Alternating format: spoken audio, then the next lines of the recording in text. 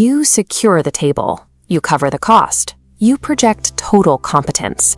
Yet the physical space between you feels miles wide, and the conversation rings hollow.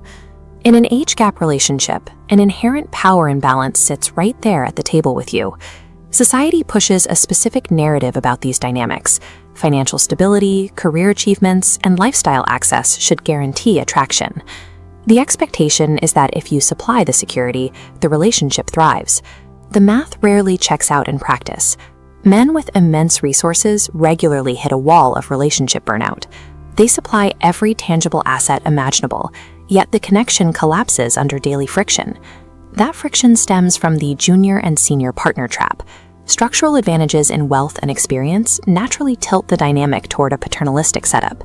Without realizing it, you stop acting like a partner and begin acting like a manager. The resources used to capture a younger woman's attention do not work for retention. You need an entirely different set of psychological tools to keep the connection intact. This chart breaks down the difference between what initiates a relationship and what sustains it over years. On the bottom axis is transactional value. On the vertical axis is relational durability. When you rely strictly on wealth or status, progress moves quickly to the right. But notice the vertical movement. The relationship's lifespan hits a hard ceiling. You buy time, but you do not buy devotion. Long-term loyalty requires you to reach this top right quadrant, emotional parity. This is the psychological space where a younger partner feels entirely equal to you, ensuring the connection survives. Reaching that top right quadrant requires specific communication.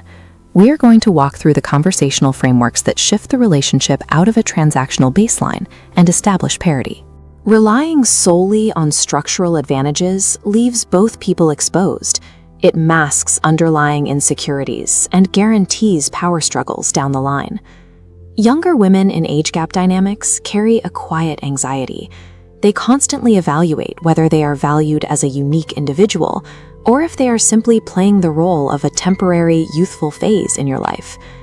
Look at this matrix mapping the communication strategies. When you move past the provider script and use phrases like, "I've never met anyone quite like you," or acknowledge her beautiful soul, you demonstrate that her specific character is the primary draw. By explicitly validating her internal qualities and energy, you trigger an immediate return on investment. You build a baseline of psychological safety that money cannot replicate. This requires a clear trade-off. You have to stop relying on generic charm. You must actively observe her nuances, her quirks, and her specific worldview, then reflect those details back to her. Deploying these phrases as copy-pasted flattery without actually observing her will backfire. She will register the emptiness, categorize it as manipulation, and trust will hit zero. Genuine validation strips away the threat of objectification. It demonstrates that you see her as irreplaceable, creating a connection rooted in security. It is easy to fall into the mentor trap. You offer advice, you guide, you explain how the world works. Over time, that paternalistic behavior suffocates her independence, leaving her feeling closed off and talked down to. The second pillar requires you to actively validate her agency. When you tell her, "You bring out the best in me," or show respect for her passions, you execute a direct flip on the power dynamic. Communicating that her presence improves your life dissolves the junior partner dynamic. This shift establishes her as a significant contributor to your daily well-being. Executing this comes with an ego cost.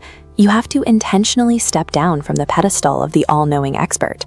You must admit that despite your years and professional success, you do not have it all figured out. You still require personal growth, and she is the one facilitating it. When you acknowledge her impact on your growth, she ceases to be a passive accessory. She becomes structurally necessary to your life. Men naturally hesitate to relinquish the upper hand. We are often trained to believe that exposing emotional needs hands the other person leverage, mistaking vulnerability for weakness. The final pillar pushes past that hesitation. By telling her, "I feel lucky to be with someone as amazing as you," or "You make me feel alive," you openly express emotional dependence on her. Acknowledging the vitality she injects redefines her presence. She recognizes herself as an active participant in your reality, rather than a passive observer of your routine. This is a steep trade-off. You are abandoning the armor of the unflappable, stoic provider.